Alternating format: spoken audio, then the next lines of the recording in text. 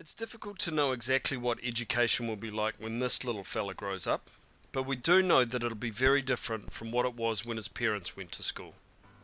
Back in the agricultural age, education was centered around artisans or cottage industries, and it was immediate, localized, and specific.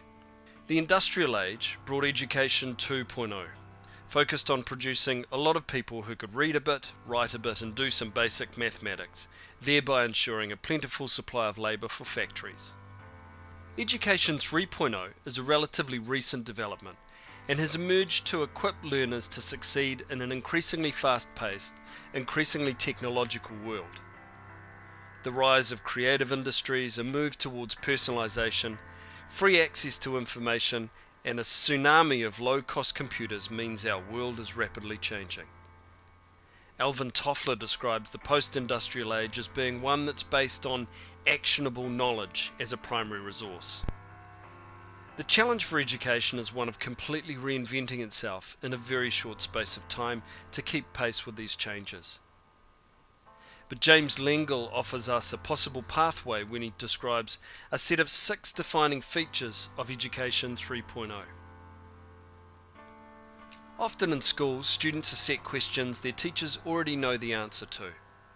In an increasingly rapidly evolving world where new knowledge is being created every day and old understandings are being constantly questioned and challenged, the trick lies in students working alongside teachers on real-world problems. In such an open-ended environment, tools like e-portfolios do a better job of recording the rich, divergent, multimedia story of a student's progress towards a goal than a traditional pen and paper test does. If the industrial model of schooling was about knowledge transfer, Education 3.0 is as much about knowledge creation. And while it will always be important to know stuff, in a rapidly evolving world, teachers and students need to collaborate productively through a constant process of learning, unlearning, and relearning. Technology also helps us to collaborate with those beyond our 4 walls, with low-cost, high-definition video cameras and ultra-fast broadband, offering us the ability to collaborate with almost anyone, anywhere in the world. One of the features of education for a long time was that everyone learned roughly the same thing at roughly the same speed. Allowing students to direct their learning towards areas of learning that are meaningful for them gives them the best opportunity to be successful, which in turn spurs on further, more challenging learning. It's like comparing a one-size-fits-all textbook with something like a wiki or an adaptive learning system, where learners can reconfigure the content based on what they already know and what they want to learn next. Multi-literacies, the ability to read and write, the ability to convey an idea with still images or video, the ability to move a group of people towards action. This is the power of how to tell a good story. With powerful online editing tools such as YouTube's built-in video editor, students can shoot high-definition video on a mobile phone, upload it to YouTube, edit it anywhere on any device, and share it with the whole world.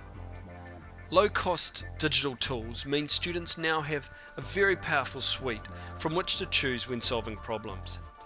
If you're researching braided river systems, students should be able to compare the relative strengths of using something like Google Earth with using a reference book or an atlas, choosing the right tool for the job. Being able to zoom in and out, spin the Earth around, add extra pieces of information, and share their findings with someone else makes the use of Google Earth a very powerful tool for understanding our world. And when we look at some of the teenage success stories over the last few years, particularly in the technology industry, we see students who are curious about the world and creative enough to be able to build solutions to the problems they see around them. And perhaps this is the defining feature of Education 3.0, the opportunity for curious, confident, engaged learners to bring their own questions about the world, questions that aren't in any textbook, and to work alongside others, students, their teachers, and the wider community to answer those questions. Perhaps that's the kind of education our kids will have. It's certainly the education they need if they're going to keep pace with this rapidly changing world.